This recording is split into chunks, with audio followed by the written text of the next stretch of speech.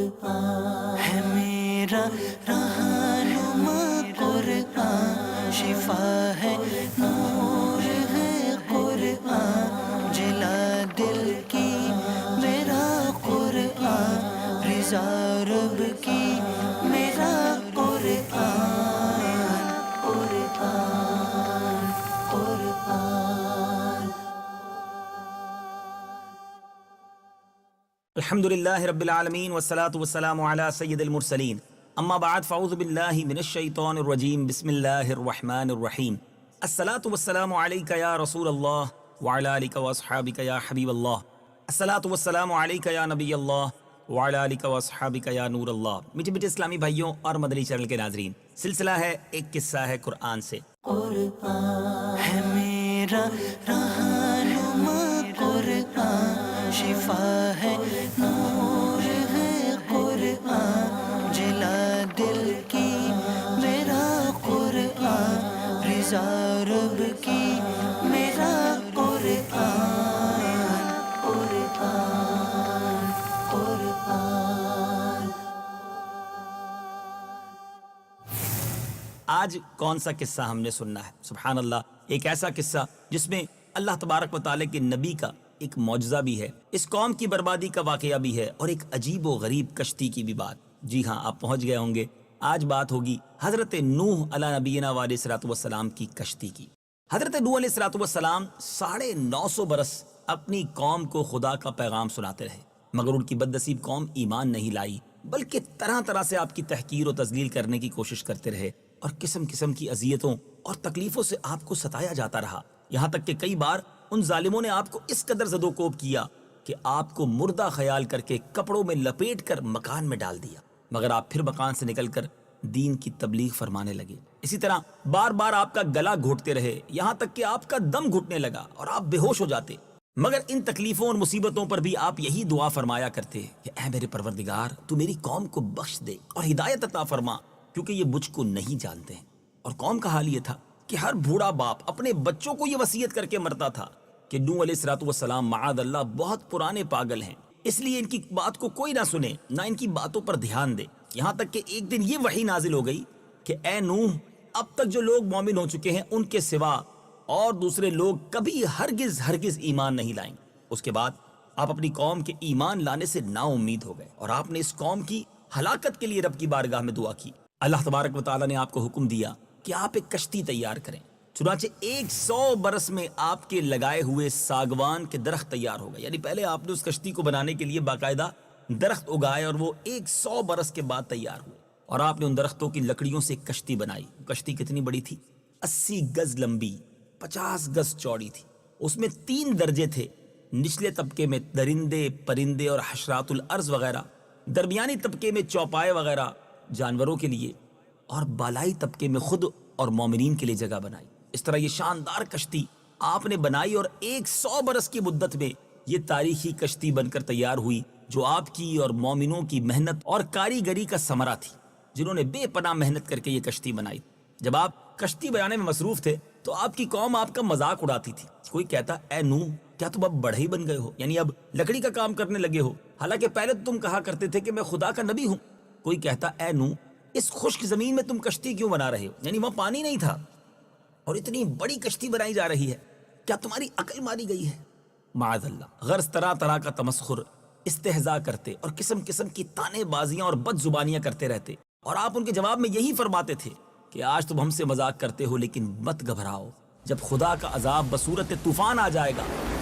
جب طوفان آ گیا تو آپ نے کشتی میں درندوں چرندوں اور پرندوں اور قسم قسم کے حشرات الارض کا ایک ایک جوڑا نر اور مادہ سوار کرا دیا، خود آپ اور آپ کے تینوں فرزند، یعنی حام، سام اور یافت، اور ان تینوں کی بیویاں، اور آپ کی مومنہ بیوی، اور 72 مومنین مرد و عورت، یعنی کل 80 انسان اس کشتی میں سوار ہو گئے، اور آپ کی ایک بیوی وائلہ تھی جو کافرہ تھی، اور آپ کا ایک لڑکا جس کا نام کنعان تھا۔ یہ دونوں کشتی میں سوار نہیں ہوئے اور طوفان میں غرق ہو گئے۔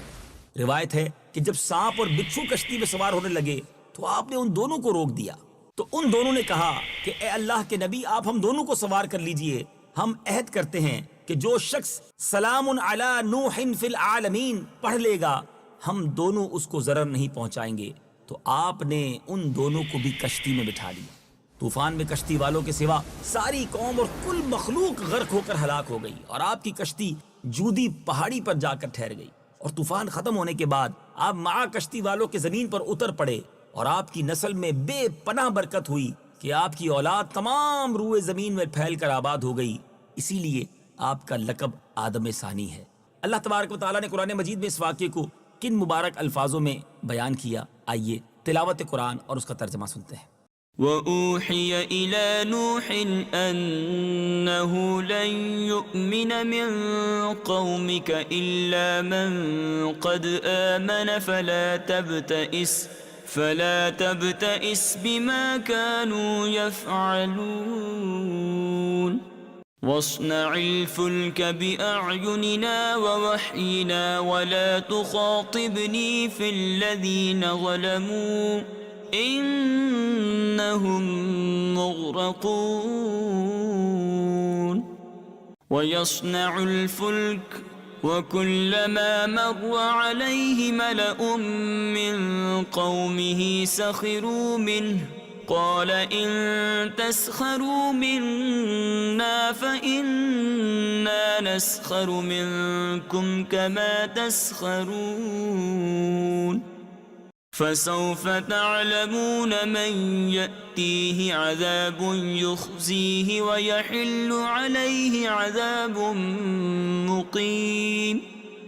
اور نوح کی طرف وحی بھیجی گئی کہ تمہاری قوم میں سے مسلمان ہو جانے والوں کے علاوہ کوئی اور اب مسلمان نہیں ہوگا، تو تم اس پر غم نہ کھاؤ جو یہ کر رہے ہیں، اور ہمارے سامنے اور ہمارے حکم سے کشتی بناؤ، اور اب ظالموں کے بارے میں مجھ سے بات نہ کرنا، بے شک انہیں ضرور غرق کیا جائے گا۔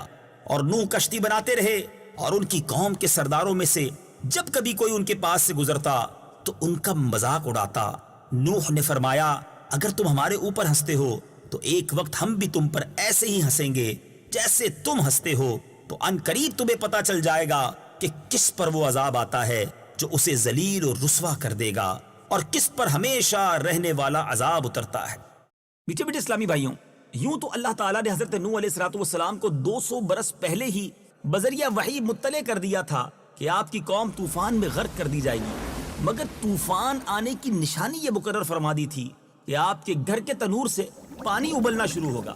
چنانچہ پتھر کے اس تنور سے ایک دن صبح کے وقت پانی ابلنا شروع ہو گیا، اور آپ نے کشتی پر جانور اور انسانوں کو سوار کرنا شروع کر دیا۔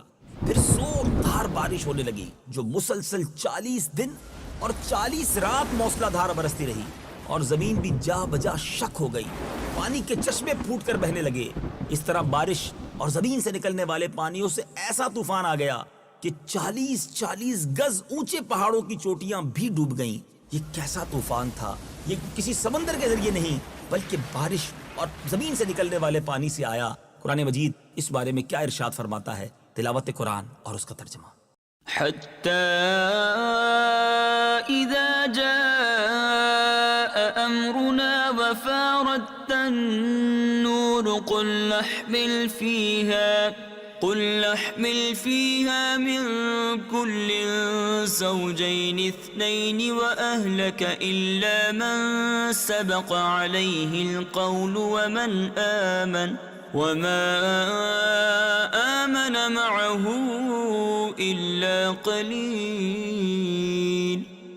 یہاں تک کہ جب ہمارا حکم آ گیا اور تنور ابلنے لگا تو ہم نے فرمایا ہر جنس میں سے نر اور مادہ کا ایک جوڑا، اور جن پر عذاب کی بات پہلے طے ہو چکی ہے ان کے سوا اپنے گھر والوں اور اہل ایمان کو کشتی میں سوار کر لو، اور ان کے ساتھ تھوڑے لوگ ہی ایمان لائے تھے۔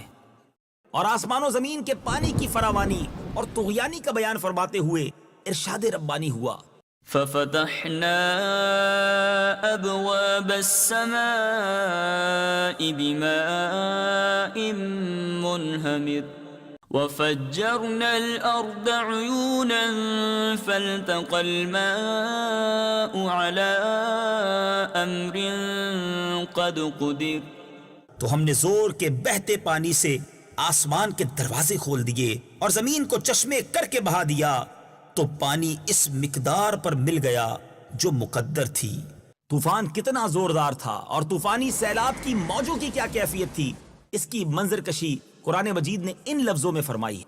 وهي تجري بهم في موج كالجبال اور وہ کشتی انہیں پہاڑ جیسی موجوں کے درمیان لے کر چل رہی تھی۔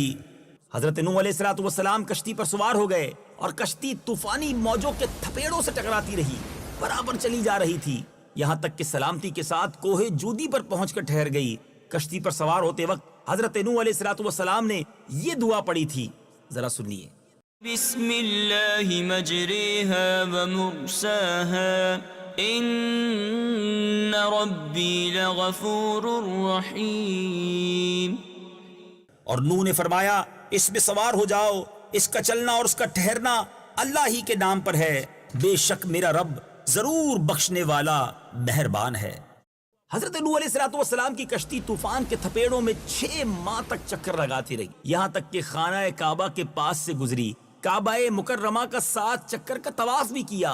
پھر اللہ تعالیٰ کے حکم سے یہ کشتی جودی پہاڑی پر ٹھہر گئی جو عراق کے ایک شہر جزیرہ میں واقع ہے۔ روایت ہے کہ اللہ تعالیٰ نے ہر پہاڑ کی طرف یہ وحی کی کہ حضرت نوح علیہ السلام کی کشتی کسی ایک پہاڑ پر ٹھہرے گی، تو تمام پہاڑوں نے تکبر کیا، لیکن جودی پہاڑ نے تواضع اور عاجزی کا اظہار کیا، تو اللہ تعالیٰ نے اس کو یہ شرف بخشا کہ کشتی جودی پہاڑی پر ٹھہری۔ اور ایک روایت کے مطابق بہت دنوں تک اس کشتی کی لکڑیاں اور تختے باقی رہے تھے، یہاں تک کہ اگلی امتوں کے بعض لوگوں نے اس کشتی کے تختوں کو جودی پہاڑ پر دیکھا تھا۔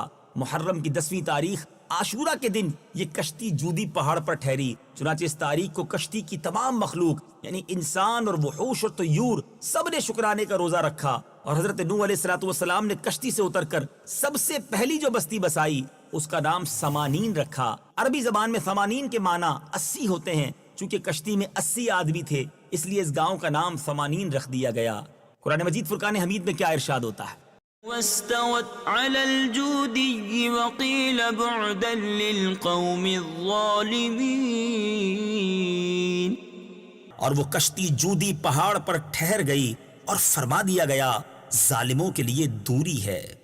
میٹھے میٹھے اسلامی بھائیوں، یہ عظیم واقعہ، عجیب و غریب واقعہ جاری ہے۔ جیسے جیسے پڑھتے جا رہے ہیں، سنتے جا رہے ہیں، ایک منظر ذہن میں بنتا جا رہا ہے کہ طوفان کیسا تھا، مگر ابھی اس طوفان کے بارے میں اور بھی کچھ باتیں سیکھنی ہے۔ یہ طوفان ختم کیسے ہوا؟ حضرت نوح علیہ الصلوۃ والسلام کے بیٹے کے ساتھ کیا معاملہ ہوا؟ اگلے قصہ قرآن میں اسی واقعے کو کنٹینیو کریں گے اور اس بات کو کمپلیٹ کریں گے کہ یہ طوفان کیسے ختم ہوا، اتنا عظیم طوفان تھا، وہ تھما کیسے، اور زمین پر پھر کیا معاملات تھے۔ عجیب و غریب واقعات کا سلسلہ جاری ہے۔ اگلے قصہ قرآن میں حضرت نوح علیہ الصلوۃ والسلام کی کشتی کا دوسرا جو حصہ ہے وہ سنیں گے۔ صلو علی الحبیب صلی اللہ تعالی علی محمد صلی اللہ علیہ وسلم۔ قرآن ہے میرا رہنما، قرآن شفا ہے، نور ہے قرآن، جلا دل کی میرا قرآن، رضا رب کی میرا قرآن۔